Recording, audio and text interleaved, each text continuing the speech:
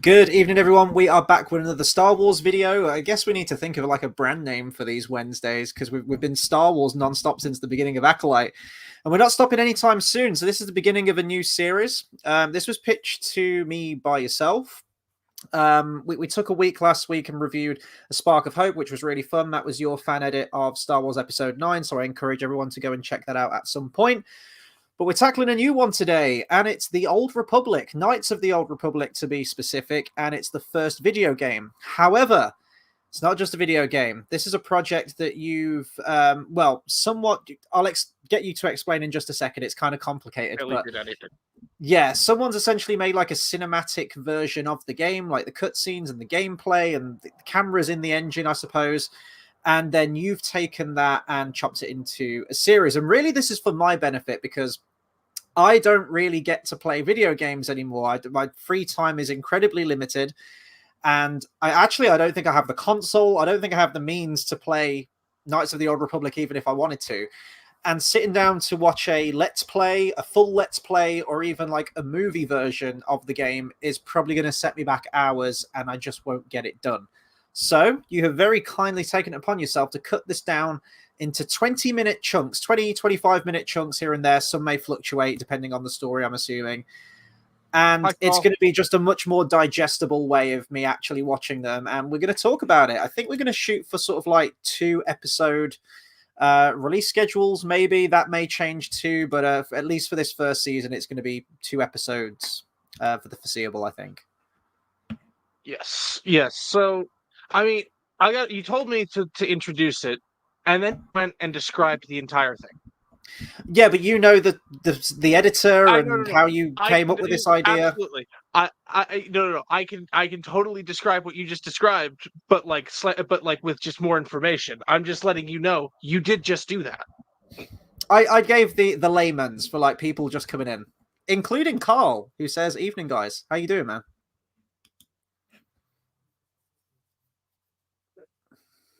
All right. Knights of the Old Republic. Game of the year 2003, I believe. It's a role-playing game, so it already has, especially because it has a turn-based combat system that's very cinematic. It lends itself to this type of project very well. The first ever one of these projects that I know of, at least, was done for the same reason that this show is being made. One guy's friend couldn't make the time to play Knights of the Old Republic. And so instead of playing for 40 hours, his friend spent 15 years creating 3 movies about that game. Nice. But we're not watching that one. Yeah. That's what happened. They're still really good, but we're not this is not made from that because that was started in 2006. The first one was made on an Xbox like original, like not even a 360, the big black box with the big green circle. And so it was very much limited by that fact. Not as limited as you might think. He does some great, like it's very impressive for what it is. But of course, it is still extremely limited. As the movies went on, he got other friends who were able to mod the PC version and make much more intricate, camera things. They can literally animate a camera like they can any other prop, so they can have like these big sweeping motions. They've gotten very technically over the top and very impressive, and they used those new methods to recreate the first one. But the problem is you can still see the limitation because it's a remake of one that was made on an Xbox. It's very much you can tell you're not watching a movie, you're watching a movie-fied video game. Mm-hmm. This was made with more purpose. This was made by Darth Varkor, and this was made second. Varkor started with Knights of the Old Republic 2, like with how you start with the original trilogy. Hmm. So this is actually his prequel series. So there's a lot of information that it might expect you to know, but it doesn't insist you know it. Like there's a prologue that I sent to you that's just stuff about the Mandalorian Wars and Revan and Malik going off and so on. I thought I at one point I was going to have it at the start of this, but I couldn't get the proper permission, so that is important.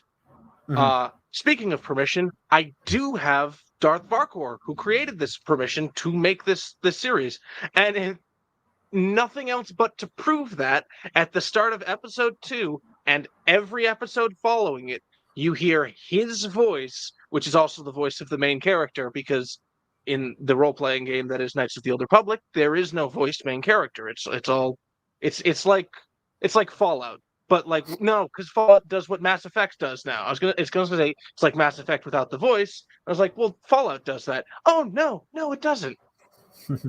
I'm a little annoyed by that.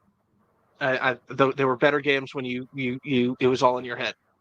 Not Mass Effect though. Mass Effect Mass Effect and Witcher, because it's an established character that you're building on, giving them a voice works.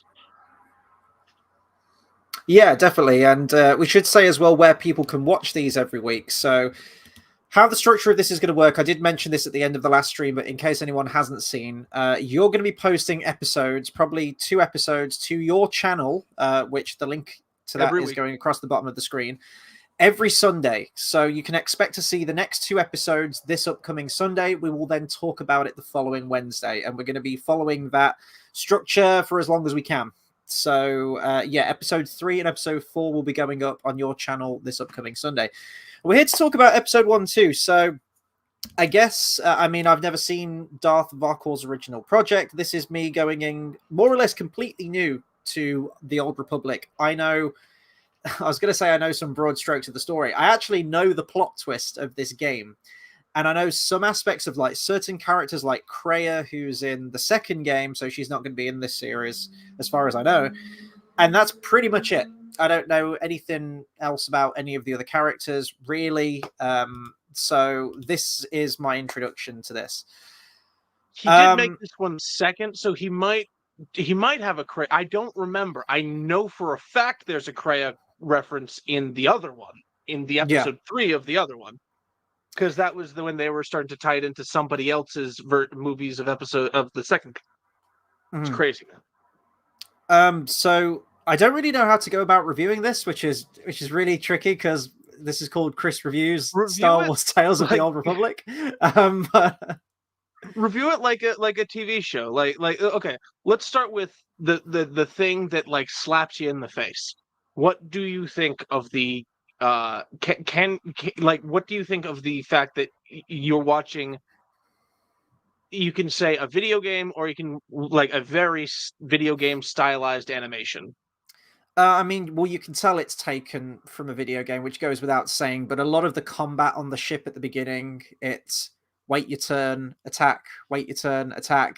The sort of the generic sound of character dying. Yeah, like, I really like there's 2 people like that die and they like in perfect synchronicity. They all have the same sound when they die.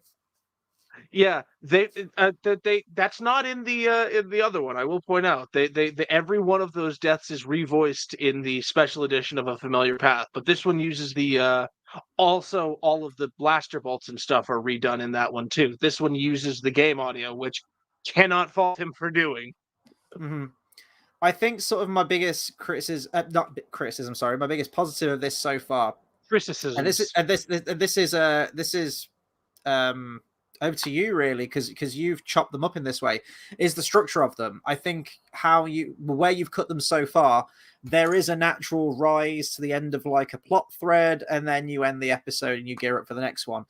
Really like the previously on as well at the beginning of episode 2, and I was a bit cautious at first because I thought, is it just going to end really abruptly? Is it going to flow? Because the whole medium of a video game is totally different. Before I started this, I went into each movie and was like, okay, we're about 25 minutes in. I'm gonna scan for a point where it is like the best ending. Perfect. There's an ending here. There's a beginning here. Perfect. Yeah. And And the that's music, like the generally what music happens. fades in just before the ending, and then you hit the credits, and I'm like, yeah, like where you've structured it so far, really, really good. So that's probably my biggest positive so far. There are some slow moments, like in episode 1, where you're going to have to forgive me. I'm still getting used to characters' names and planets' names. They go to what's essentially Coruscant. They say that the entire planet is one big city. I think that's almost a direct quote. And I'm like, I've heard that in a Star Wars movie before. Yeah, it's it's Terrace. I have referred to it as almost not Coruscant. Mm-hmm. I talked to somebody who's familiar with the games about this the other day. Why doesn't Terrace look like Coruscant or Nar Shaddaa or that planet from Battlefront 2 that Bill Burr talks about in The Mandalorian? Mm-hmm. And I according to them, it's because no sunlight is meant to hit the lower cities. Mm-hmm. Oh wait, Whereas, is this been used in the TV shows then? This planet in Terrace? No, actually, no. So, Terrace is the black chick in Rogue One, who's like the Council of Rebels. yeah. She is the senator from Terrace. Oh, okay. So it exists. And I'm yeah. And I'm pretty sure, but it's not confirmed. You know that place when at the start of Mandalorian season 2, when he's looking for other Mandalorians and he's talking to a crime boss and he's watching a cage fight. Yeah. My first impression was, is this Terrace? Because you've got arena duels, which is in the game. But then you also have those fucking monsters that attack the crime boss when the lights go out. And I was like, are those rack ghouls? Yeah, there's something ghouls or something are they called? Rack ghouls. Rack ghouls, that's it, yeah. Yeah. We've got a comment here. The virus created Tradable Jack. Hello, Hobbit editor and JX guy. Is this someone from your channel? I haven't had the pleasure, Tradable Jacks, but thanks for clicking. I don't believe I've had the pleasure either. But welcome to the show. Are you a fan of the Old Republic? I'm assuming. And I guess, I mean, if we encourage people to talk about the Old Republic, obviously, but I don't know if we want to give away major spoilers because I'm still a complete noob to this and I'm discovering this in 20-minute chunks, essentially 40-minute chunks each week. So bear with me. We will get through it. All I'm saying is get ready to meet the best droid character. Just he's towards the end of this volume of the first movie. By the way, I'm chunking out the movie. So season 1 is the first game, but each movie is a volume, and I'm just doing that so there's a reason that it feels like there's an ending happening / a beginning.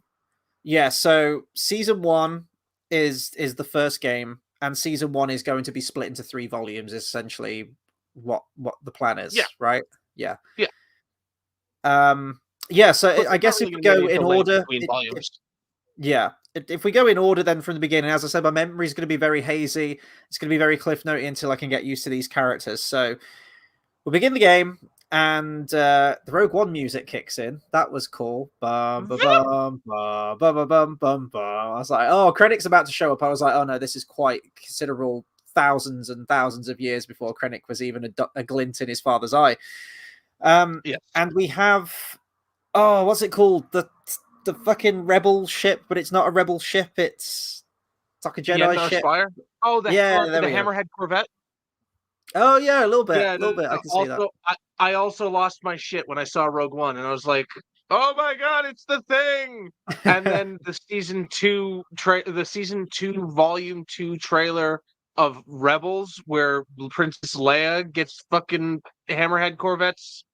Mm-hmm. It's great. And they also put a Malachor. The thing that kind of confused me at some point is that they keep referring to the bad guys at this point who board the ship as the Sith, and they're essentially the Empire. You've got a dude who's like an They're the Sith Empire Empire. officer. He's even got like the little blue and red little pin medal badge thing that everyone has in the OT. So that was a little bit strange. I thought, okay, so we got the Empire before the Empire, and like the outfit is almost exactly the same. But the thing that really confused me initially was they keep referring to them as Dark Jedi or Sith, and they kind of like stormtroopers with swords or like double bladed weapons. And I thought, okay, so these are the Sith. Like, why don't they have lightsabers? Why are they not using the Force? So I was a little bit. These are Sith troopers. Yeah, these are just foot soldiers of the Sith Empire. Right. Okay. Okay. And also they're using swords because it was 4,000 years before the movies, and they still used swords for reasons. Okay. So, but we do have blasters though, which is interesting. And I guess the sort of the Jedi had lightsabers though way before this. No. The Jedi used swords. The proto saber came about. I think after the 100-Year Darkness. And that's after all of this, then? Oh, no, this is before this. Lightsabers are a thing. Okay, yeah. Yeah, so... Yeah. I don't know. What I just described was like 16,000 years before this. Okay.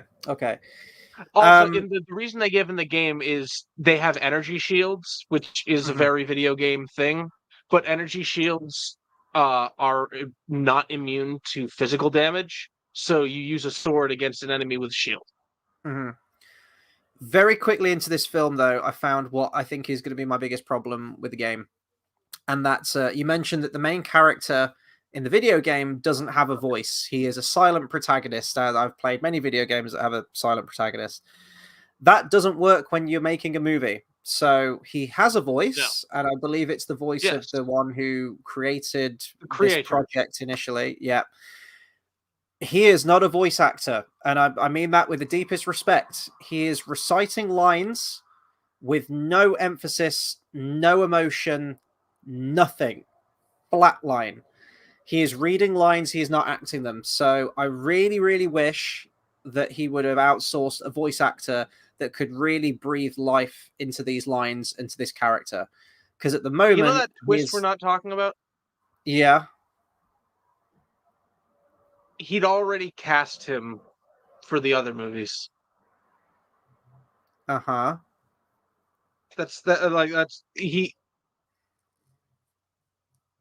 Yes, he could have outsourced to a voice actor, but this character had already been cast when he made like his second Knights of the Old Republic movie.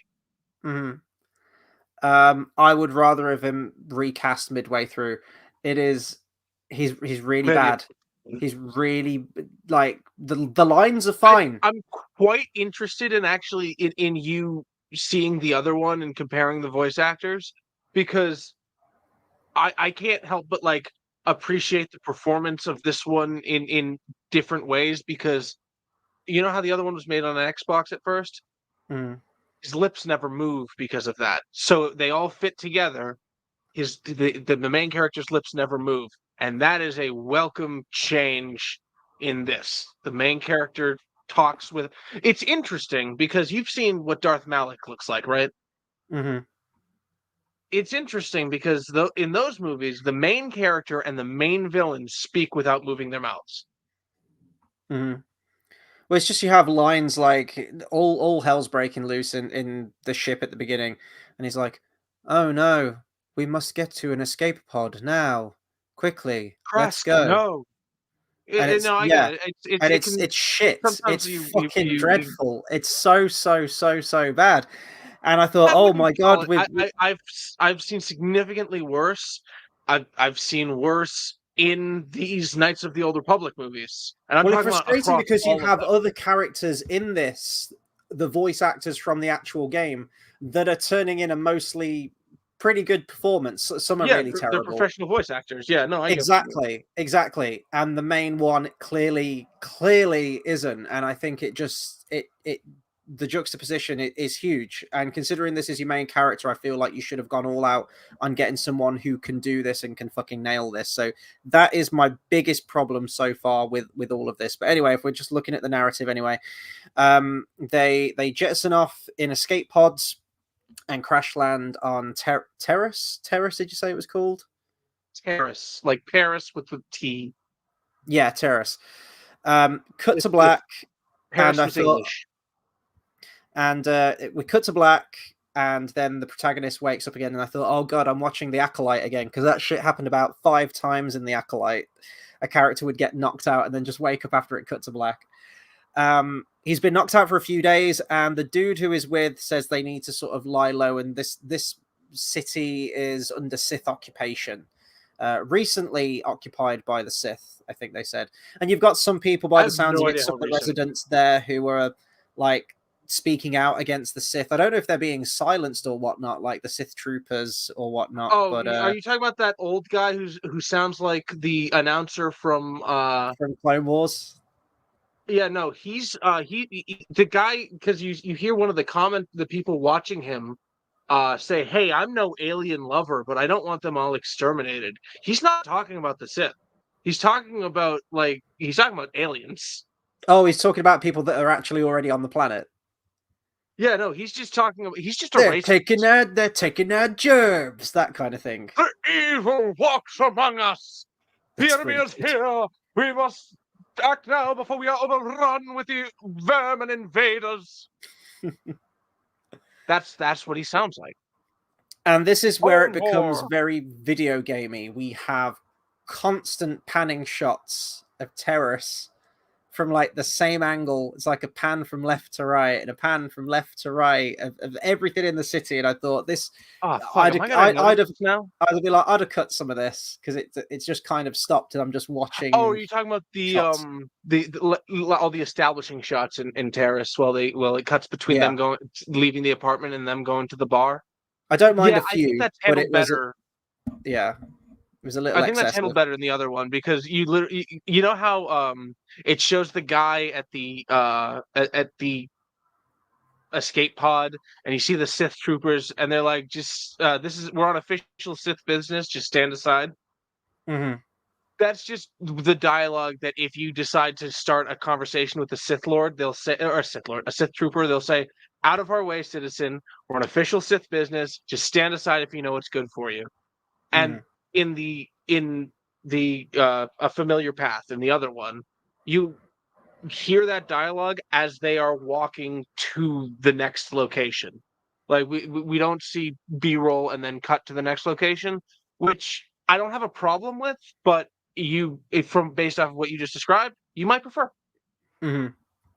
And I think at this point, this character called Bastila, who is the chick in the background, Jedi, she was on the ship when it got boarded, I think, and they say that she managed to get in an escape pod before they did, so she was already on the planet.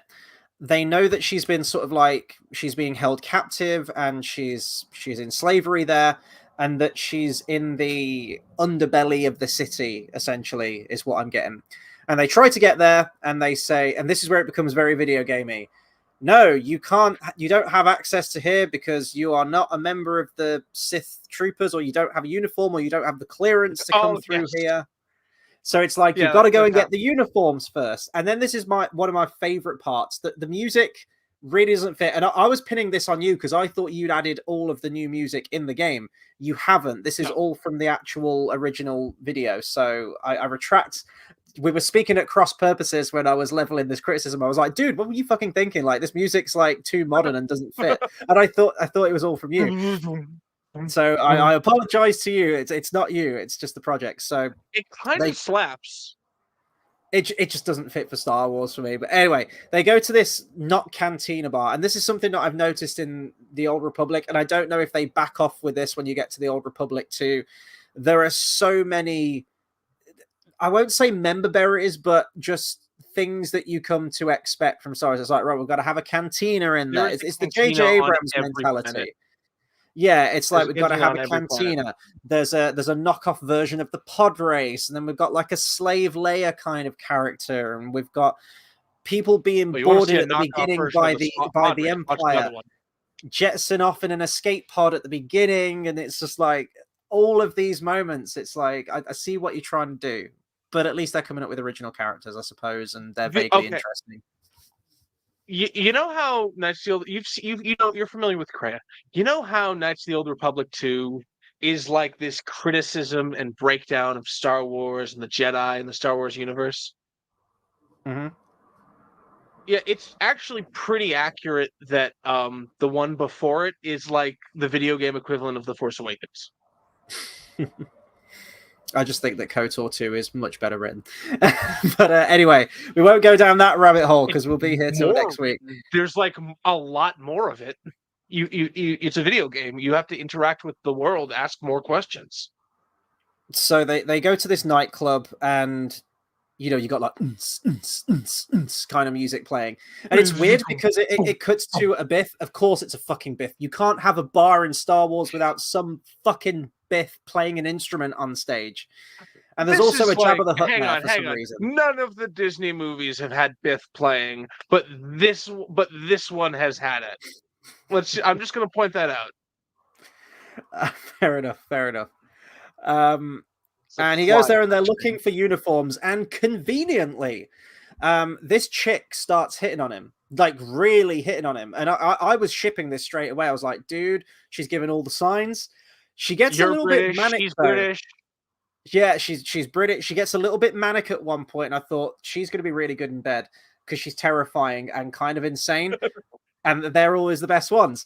Because he makes some thing like, how does he say, like, how long have you been a Sith or something? She goes, oh, I suppose you're going to go on some tirade of how we've enslaved an entire city. Well, I don't have time for it, so fuck right off.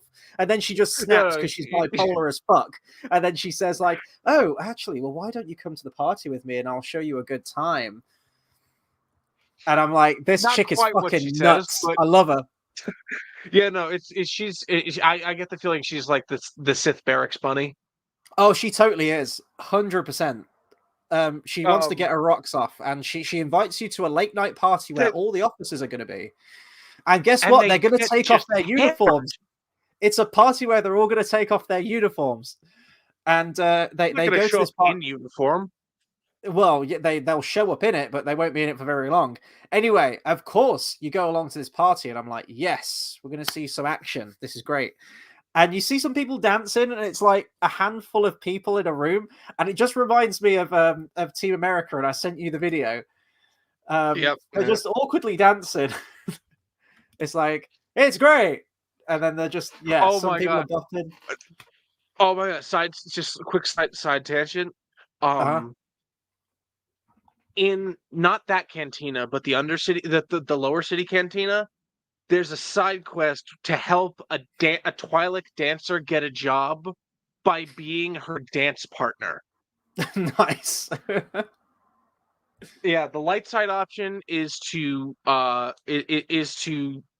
do the audition, but don't do it too well, or else you'll upstage her and she won't get the job. But if you do it really bad, then she won't get the job. And if you flub it on purpose at the end, you get dark side points, and she doesn't get the job.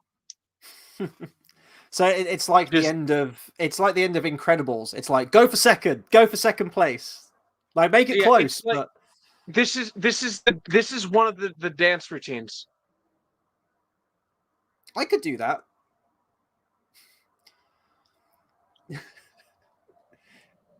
You don't need to see his identification that they already had, and just putting that into the thing. Do you remember that Star Wars Dance Connect game that came out? Han Solo. It wasn't a dance game. It was Star Wars Connect. So there was like a game. It was one mini game where you play as a Rancor just destroying Mos Espa. There's one game where you're like doing story stuff with like a lightsaber, except it's a Kinect, so it can't read your motions very well. And then there's that which should have been a solo game. Empire Today. YMCA cover, Yeah, but no. the Empire. It's fucking great.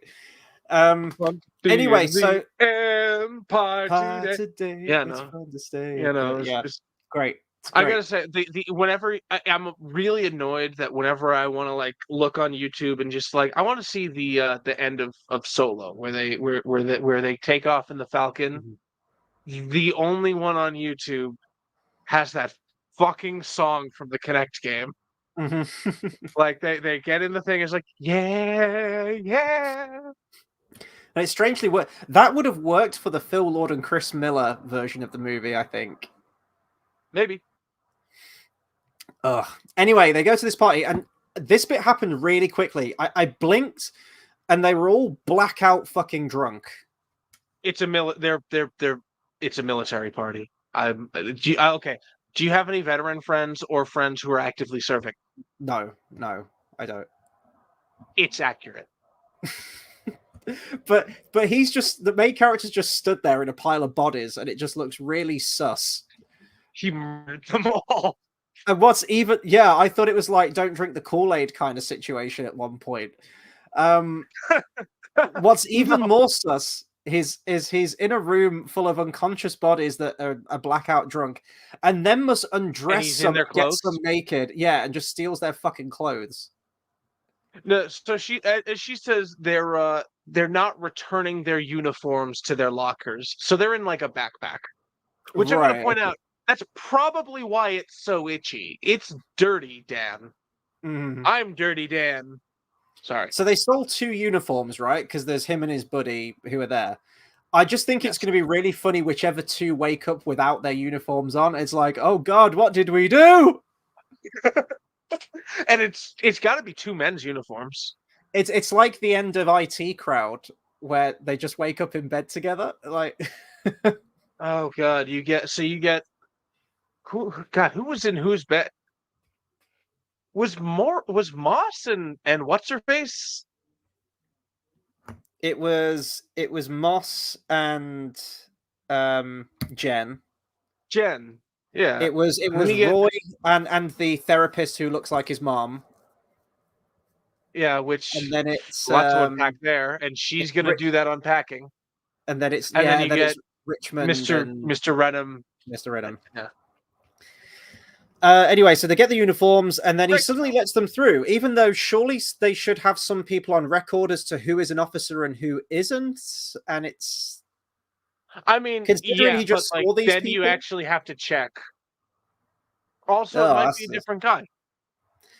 So they are granted access to the lower portions of the city, and it's a fucking dive, and people are fighting each other, and it's just really nasty and gnarly. As soon as they walk out, like they and literally there's an alien leave who the does elevator, and there's a fight. There's a gang war. Yeah, and this alien does like a sweet triple somersault in the air front flip with a sword. I was like, it's called a power attack. There you go. So they get there and they find that she's been enslaved, but in order to be granted access to her or to win her freedom, oh, here we go, a slave. We need to win their freedom by participating in a race. In a swoop race. And I was like, a fucking what? A swoop? What? I was like, okay, so I think that's probably episode 1. I may have strayed over into episode 2. And then episode 2 starts with they're outside in like a compound and someone's going to get attacked by one of those ghoul things. And he's like, stand aside. I will defend you, young Missy. And they kill the thing. And I was like, oh, even though you can like see Hendar right outside the door, just asking to be let in while the Rakul is approaching him. It's like, just let him in. Is it this point where they meet up with the Twi'lek chick, or is that after the swoop race? Yeah. No. They meet up with her, but so okay, so because they need to fix something, right? She's like the tech of the group. Is that right? Yeah. So basically, so So you have crossed from episode 1 to episode 2. Episode 1 ends with them finding out Bastila is captured by the swoop gang that they're not talking to, and those that gang has offered her up as a prize in the swoop race. Mm-hmm. And then it transitions to like he's like, "Hey, if I'll help you, I'll sponsor you in the race, but you have to do something for me." And then that's the end of episode 1. I don't understand how Bastila could get kidnapped though when she's a Jedi and she's like super almighty powerful. They talk about this. They Oh, talk okay. about this. Okay. It's when they're buying the second best droid companion. Okay. That's not true. Godo is the second best. Yeah, you have this blue Twilight chick who's got a Wookiee friend, and I was like, Hell oh, yeah. okay, we got another Wookiee companion. Okay, I see what we're doing. And then why do they go into the the catacombs, like the sewer? I can't remember why they go. They're tromping through there. That's where the Gamorreans are keeping Zalbar. Oh, so she's like, is this like, I'll agree to help you, but first you need to help me rescue my friend? So basically, in the game, it's you need mission to break you into the Black Vulcar's base so you can steal the prototype accelerator. Because you notice how Gadden is like, hey, she's too valuable to keep at the base. That's just so you know you can't rescue her when you break into the base. Okay, so they need her because they're gonna fix him up in the swoop race. They're gonna give him this prototype accelerator, and to get that working, they need to find the accelerator because that's been taken by the Gamorreans. Is that right? No. The engineer who had who made it. Mission knows where he is, where he was last seen, and he was last seen suspiciously close to a Rancor. So who's this blue chick? Who's the Twilight chick again? She's Mission Vale. Okay, so she knows where. Yeah, okay. So I got a bit confused on this bit. Anyway, you meet up with her. They go do the thing. They kill the Gamorreans, and then a Rancor shows up. I thought, of course it does. And then they're all like, "This foe is beyond any of you. Run!" They start running away from it, and nothing really happens with the Rancor, does it? It just. Yeah, no, they just ran away. It was just to get a way to end the scene. Yes, run away! So they all flee. You want to know how you beat the Rancor in the game? Go on. Because you drop a door on it. No, the Black Vulcar's base is behind the way to get in through the back way is through the Rancor. So you put synthesized odor, which is on the body part, like the severed arm, which is the thing that is the which is like a severed arm that's like in the other room, and you put that in the pile of gore that is where the part was, and with a grenade, and it eats it, and then it dies. I'm trying to fill in the blanks here a little bit. Is this where, because you've killed the Gamorrean guards, this is where the Wookiee decides to owe you a life debt and joins the party? Yes, and and you're right about the subtitles. Say your piece, but you are right, but you won't be forever, and that's why there are subtitles. Yeah, so the Wookiee guy, Zalbar, has subtitles, has giant yellow subtitles that tell you everything that he's saying. Now, I'm not used to Wookiees having subtitles. In fact, I think they did that in Solo, and I was like, this is weird, and I don't like it. I swear they do, don't they? Oh, wait, they do. Where he's talking Wookiee. They don't do it for Chewie, but they do it for Han. Yeah, and I hated that shit in that movie too. It's weird because we haven't needed it. Because the fact that Han was talking Wookiee. You didn't hate the subtitles. You hated that Han was speaking Wookiee. Yeah.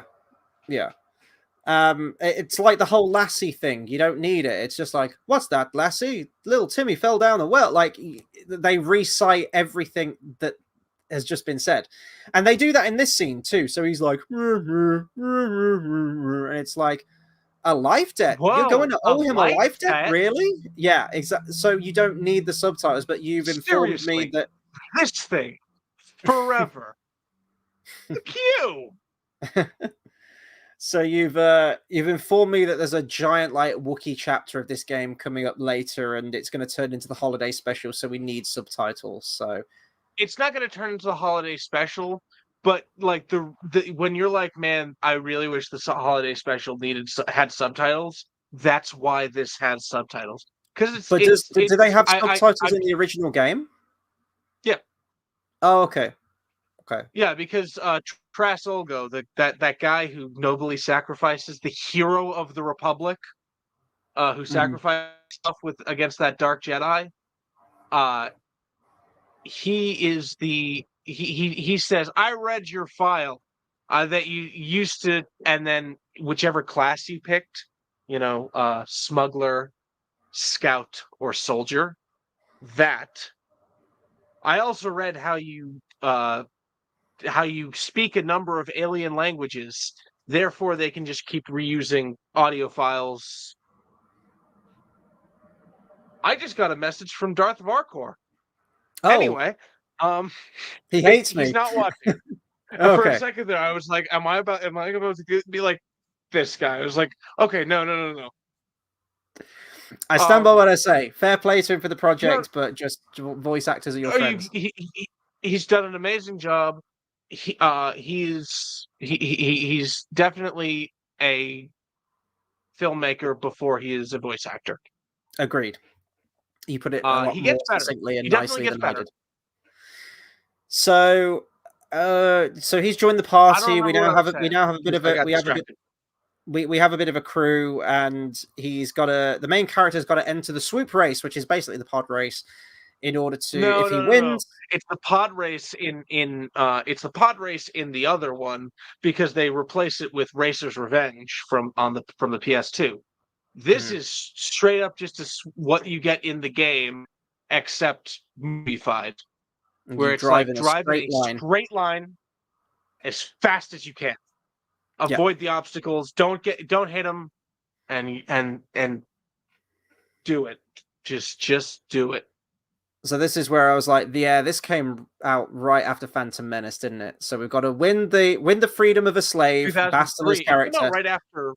It came out after Attack of the Clones. Okay. So yeah, this race really anticlimactic, because they're bigging up to this race, and you're thinking, oh, okay, like we're going to see some gameplay or something, or it's going to be a race. And you get one little shot of it just traveling in a straight line. And then the commentator goes, yeah, but that was easy. Now you've got to do the race again, but we're going to leave the wreckage from all the people that have crashed and died on the track. And you think, oh, okay, great. And then it within a blink of an eye, it happens off screen. And it's just like, hey, he won. I'm like, oh, did we finish that whole bit? Is the swoop race over? It was so weird.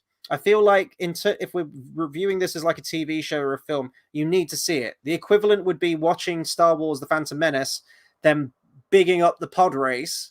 It begins, and then it just cuts to the aftermath of like, you did so well, Annie. You have brought hope to those who have done.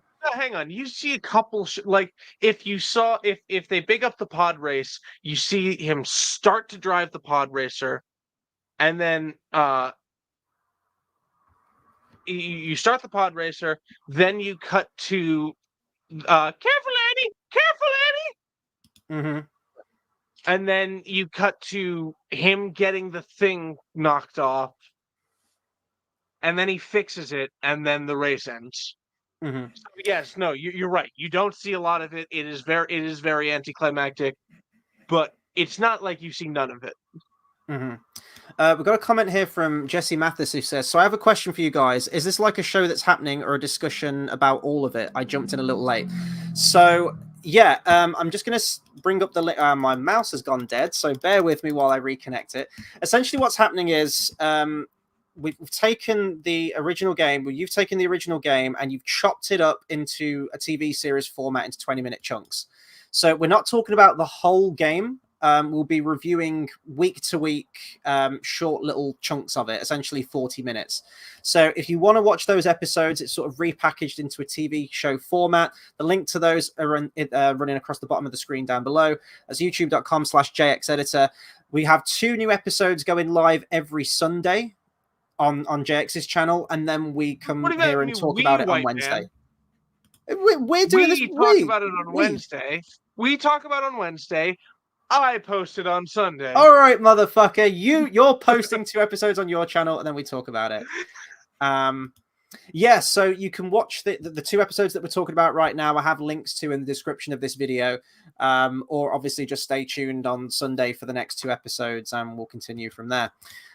Carl says, did you see they're bringing the Star Wars films back to the cinema, except for Solo? Guess that shows what Disney thinks of the film. Shame, I think it's fun.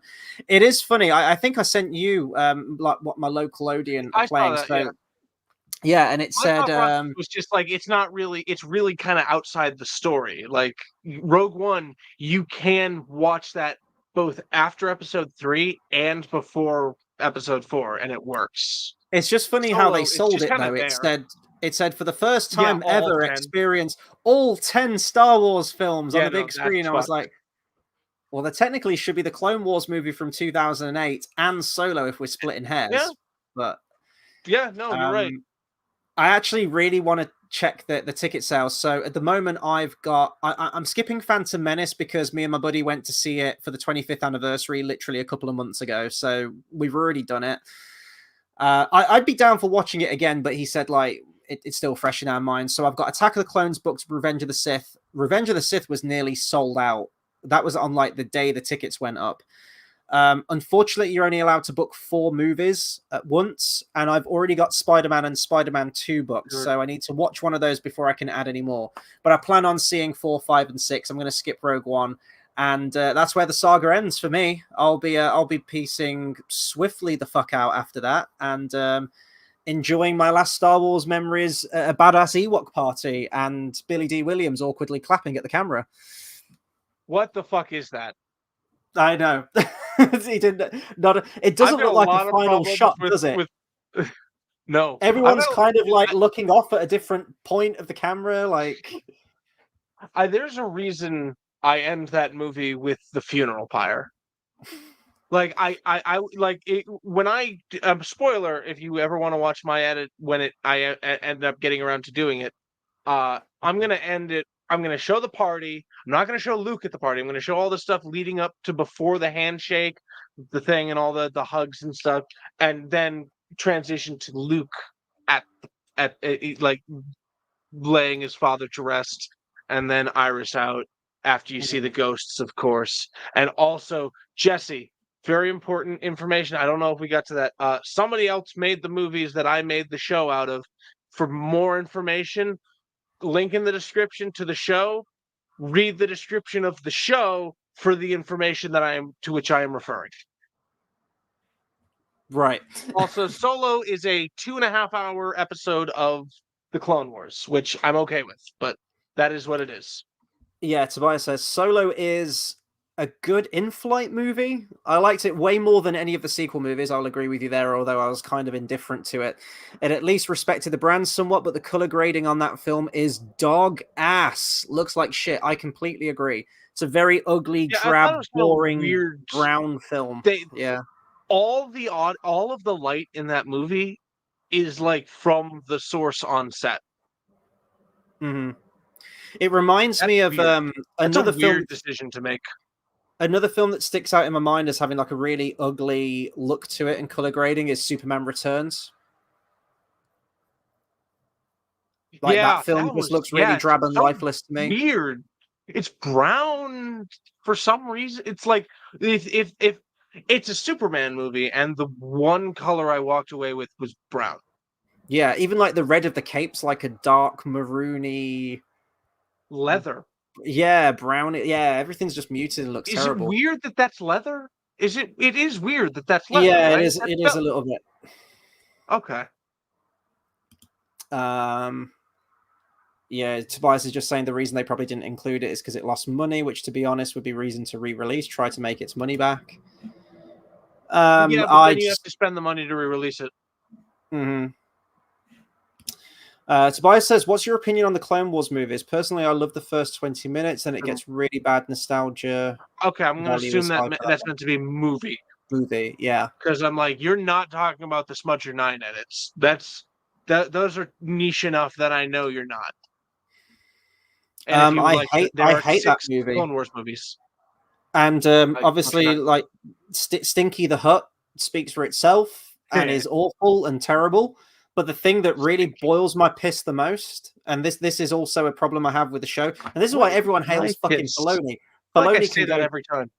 Filoni can go fucking do one, because when you get to Revenge of the Sith, and my powers have doubled since the last time we met Count. He is referring to Attack of the Clones. I don't give a fuck what anyone tells me. It's not the 6 fucking times that they fight during the Clone Wars, and they fight Dooku in that movie, and it pisses me the fuck off.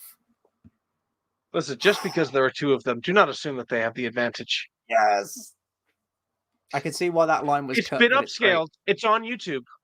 It has. Save it. We might need it. We will need it. It's there. Tobias says, movie singular, yes. Smuggler 9 edits. Do enlighten me. He wants more information on Smuggler 9 edits. Oh, I Google it. I don't. Sorry, I'm sorry. That was very aggressive. But that was very somebody. They took the movie and they cut out the Stinky the Hut part and intercut it with episode where I think even Peel gets captured by General Grievous, and also the 3 episodes about the clone. So, oh my god. Okay, so he intercuts like Clone Wars segments to create a movie, and then tries to have them at least partially intersect at the end. Like, I think the second one. No, it's got to be the first movie has to be the one that it's got to have. It's got the malevolence. You're doing such a good job explaining what this is, dude. Piss off. A guy cut together movies about like using Clone Wars episodes, using storylines that seemingly intersect. So, for example, you get Ahsoka like becoming Anakin's apprentice, but then it transitions to a different thing involving Grievous, and then you get the invasion, the 3-episode arc about the main clones, like with because you start in season 3, then you go back to season 1, and then you go to season 3 again, because that's one of the recommended watch orders. Those all have those are all tied together. It's trying to make like Clone Wars movies, and there are 6 of them, which honestly I'd be much more interested in them if the Clone Wars itself was a singular story, but the most important, like there's a chunk missing in the middle because of a fucking comic book. Mm-hmm. Like, is that between season 5 and 6? Between season 5 and season 7. So technically it should be season 6. Mm-hmm. It's the son of Dathomir. It's how Maul gets from point G to point M. M for Mandalore. Mm-hmm. So that guy who did the that guy who did the Mustafar fight edit on YouTube in Clone Wars animation, he should animate those episodes. That's animation. Well, yeah, he should animate those episodes. What does that even mean? Like, they're already. You said it was a fucking comic book. I'm saying he has the means to take these characters and animate them. So animate the fucking comic book is what I'm saying. I'm so sorry. You're that would be dope as shit. I know that something Chaos Productions, I'm sorry, I can't remember off the top of my head, is doing those, has at least done the first issue using the audio comic, which I highly recommend if you're doing like a marathon, just throw the audio comic in there so it feels like a proper edition. But to do a Lego animation of Son of Dathomir, which I respect the hustle. Mm-hmm. Tobias says every episode of Clone Wars ends in a really sudden manner. Can totally see why people make edits combining them into movies. And Star Wars is best experienced in movie format, in my opinion. I'm inclined to agree with that. So for a short spell, I was listening to the Darth Plagueis novel on Spotify. wasn't even particular. I was actually really enjoying it, to be honest. I was kind of listening to it for research for a sequel trilogy edit that I'm working on because I had an idea to bring Plagueis back, and I've since dropped that. So because I dropped that, I kind of haven't been listening to the rest of it. They do try and make the best of it by adding music and sound effects to make it a little bit more immersive, like a theatrical audiobook kind of thing. But yeah, in my opinion, it does lack a lot by not having visuals behind it, which I know it can't. Like, I understand why. Have you ever, excuse me, have you ever enjoyed driving that much? I've enjoyed it more so when I've been listening to the Lord of the Rings theatrical audiobook. Fair enough. Fair enough. Bluefax and Philip Dragash have done excellent work. Yeah. Phil Dragash just needs to check his fucking work, but other than that, yes. I know, but like also it's so much proof checking. Just enjoy it. It really isn't. If you're recording and you know you fuck up, do a second take of that line. It really isn't. Wait, no, he, like when he says chasm and chasm, does he fuck up, or is he experiencing this word for this first time twice? Because he forgot the first. How can he be so learned and see the word chasm and say chasm? Oh, that's how Canadians say it. Earendil was a mariner. He was a fucking mariner, is what. Yes, fucking A. Jesus Christ. Oh fuck! Wait a second. Is Philip Dragash Canadian? I don't know, but I will say he puts on a fantastic English accent if that's the case. And regional. Well, I know he's American. He's one of those. He must be an actor. He's one of those Americans. Yeah, he must be a voice actor. One of those American accented things. Like when I say American, I mean North American, not like the United States. I mean he could be from like Canada, or I know it's not in North America. Wait, hang on. I don't want to look this stupid. Some of his vowel pronunciations are weird, like the word hand. Okay, that's what I thought. He says, like, Frodo placed the ring in his hand. I'm like, hand, in his fucking hand. Like, not hand. There's no R in hand. Like, fuck you. Tell that to Solo. Tell that to Zod Snap Neck. Do you remember that? Anyway, no. Do you remember that? Tell that to Zod Snap's neck. Do you know of acclaimed film reviewer Chris Stuckman? Get Stuckmanized. No. Oh, fortunately for you, he's a terrible reviewer of films. He gives blanket statements. He's like, so this movie was directed by this guy. I really liked his previous work, and I thought this was a really good movie. And then that's the extent of his film criticism. Anyway, he fancies himself a writer. And back when Batman vs. Superman came out, he didn't like the film all that much and took it upon himself to write a treatment of how he would have done the fight scene. And one of the most meme-worthy and infamous lines that he wrote that he was really proud of at the time that everyone ripped apart and just ridiculed was Superman says something to Batman as like an underhanded thing, and then Batman just says, "Tell that to Zod snapped neck," and then goes in for the attack. It's fucking great. I think he says to Batman, like, "You kill people" or something. And Batman says, like, "Tell that to Zod snapped neck." So how do you tell Old Republic? Old Republic. We've finished, and then episode 2 ends, and then Bastila is released, and she's like really Lara Croft. Hang on, no. We got to the swoop race, but we haven't talked about the fight after. I don't even remember a fight after. They win the thing, and Bastila is freed, and she has like a Lara Croft vibe to her. Well, she doesn't get freed; she frees herself because and then. That's right. She does get set free, and I said to you, "Well, if you get the voice actor from every voice, like everything. He's in Skyrim. He's in Old Republic. His name is Jason Marsden. He's in a lot of Star Wars things. He's in a lot of video games, in a lot of TV shows, and when you hear his voice, you're like, he's kind of like Carl Urban. You just immediately recognize him, and then you see the character. Mm-hmm. Yeah, she lets herself out, and I was thinking, well, why couldn't she have just done that straight away?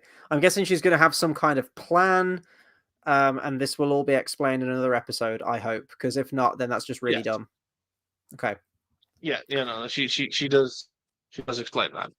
My favorite part is where the Hut character is betting on him losing, and and then he bets again on the second race, and the dude's like, "Dude, you still owe me You still owe me. 250 credits." I just want to point out the final line of the swoop race announcer should have been, "Now I got to go find a Wookiee." Yes, yeah, Because he straight up says, if he makes this, I'm gonna kiss a Wookiee." it's a Wookiee. Yeah, And then he makes it, and he's just like, he is the new terrorist swoop racing champion. Now I gotta go find a Wookiee. yeah. That'd be good.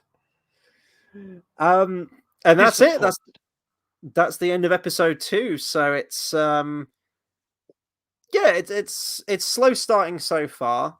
I'm trying to get into it, but I'm hoping once the story picks up. It seems like a lot of disparate, disconnected events at the moment. It's just like, oh, before you get in here, we need uniforms, and to get the uniforms, we've got to speak to this person, and to do that, we've got to go to the party, and then it's very video gamey at the moment. I think that part specifically works a lot better in a TV show. Yeah. Because each thing is like an isolated narrative. Mm-hmm. So we've got episode 3 and episode 4 being released this Sunday on your channel. Again, I'm just gonna keep your channel going across the bottom while we round off here. So yeah, I'm on board. We're gonna get through it. We've got 2 more episodes this Sunday, and I think Volume 1 closes out with 2 more the following week, and then yes. that doesn't finish the game, but that's just Volume 1. Volume 1 of 3 complete, and then we're moving on to the next half. I really need to start exporting the next volume. Like I know I've gone through, I've found all the points where I would end each episode. I just haven't put them in the timeline yet. And mostly I've figured out the previously on. I've figured out how to okay, what can just be in the episode and what do they need to see? You should have got the voice actor. I need Go on, sorry. I need information from 2 scenes. Like I need a scene that's like, here's the climax of the previous episode. Here is what they're gonna need to do this episode. Mm-hmm. Yeah, but you should have got the voice actor from and I'm only saying this because I know we've got 5 people watching, and I know that probably all of them are Lost fans. You need the voiceover got previously on Lost, and then you get it, and it's great. The previously on was very well edited. Lost. I will say that. I've never watched an episode. No, that's not true. I watched 1 episode of the pilot of Lost in high school on the senior something was going on day, so we weren't really doing anything. So we just watched somebody showed me Lost. 20th anniversary coming up soon. I still haven't rewatched any of the episodes yet. I've got a month to watch 108 episodes. I don't think I'm going to get it done. I will try my damnedest, but we're looking at a stacked couple of months real soon. So we've got Rings of Power at the tail end of August. We've got the new Penguin series on HBO Max, which is a continuation of the Batman, which me and Dale will probably be watching and talking about. We've still got our Disney retrospective. We've just finished the Disney Renaissance, and we've got Fantasia 2000 coming up, so we're going to be continuing with those. And of course, these Star Wars reviews every Wednesday, so it's a lot of stuff. I need to try and get Lost watched in between then as well, so I will do my best. I'll be seeing the re-releases of the Star Wars films as well at the cinema, so me and Dale will be doing reviews on all of them.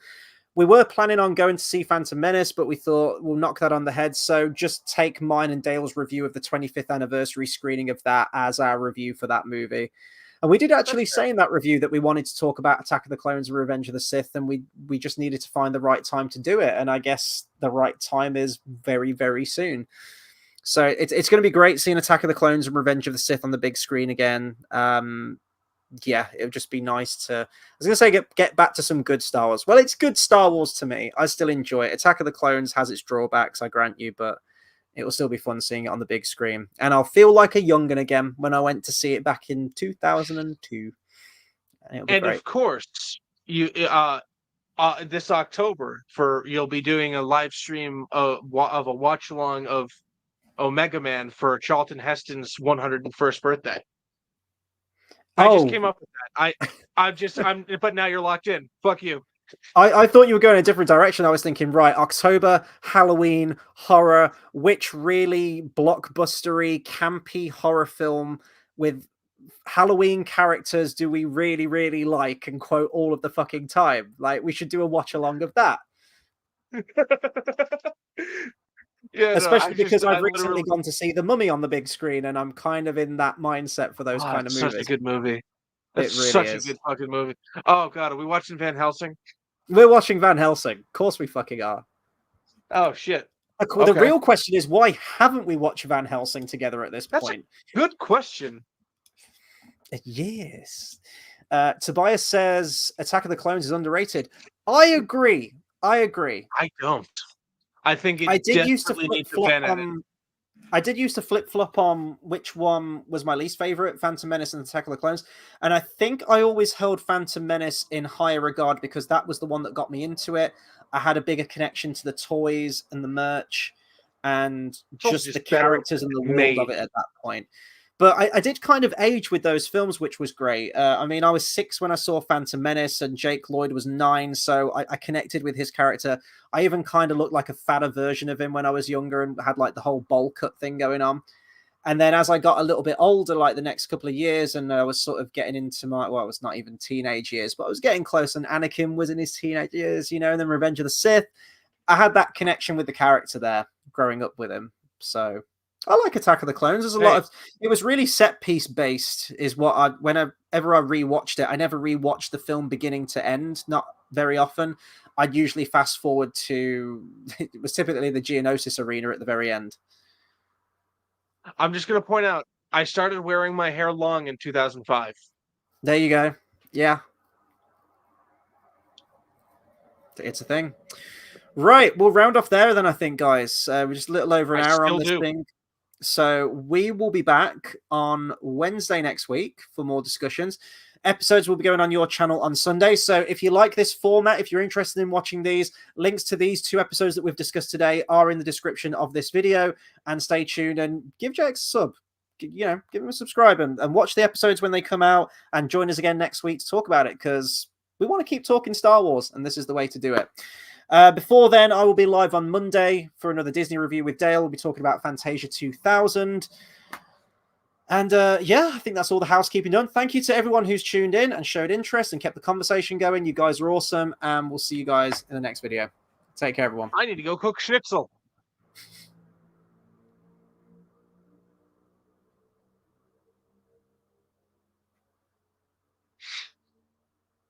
This fucking part.